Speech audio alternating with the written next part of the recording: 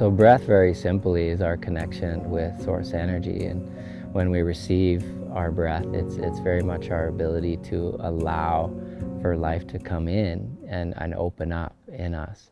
And the exhale really represents our ability to relax and let go. And there is this female and male component, or a fiery and watery component to the balance of our experience that we're learning to balance more through the science of what we're learning of how the breath affects our blood chemistry, our brainwave frequencies, and the patterns in our nervous system. And so if you're able to just simply check in with your breathing pattern, because generally our breath is very unconscious. We don't have to be aware of our breathing. We just need to continue breathing in order to live.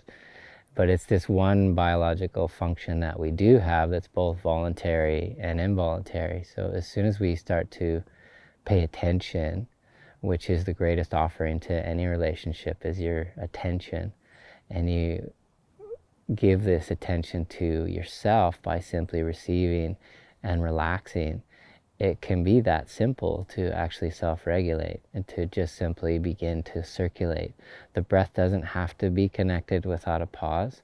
There's many ways to regulate the nervous system that are being taught, that are more nose breathing, that is very calming and soothing. And really the amount of time that you spend focusing on your breath is going to bring that amount of spirit into your life, because in many languages the word breath is synonymous with the word spirit. In Spanish, respirar is to re-spirit. In many other traditions, the breath is very much an anchor in the spiritual physical dimension as a unifying force. And so how this is experienced is very unique in all of us. And I have seen that the deepest, most burning questions for each of us can only be answered through direct experience. There's been a lot of intellectual study around the science of the body and the science of breath.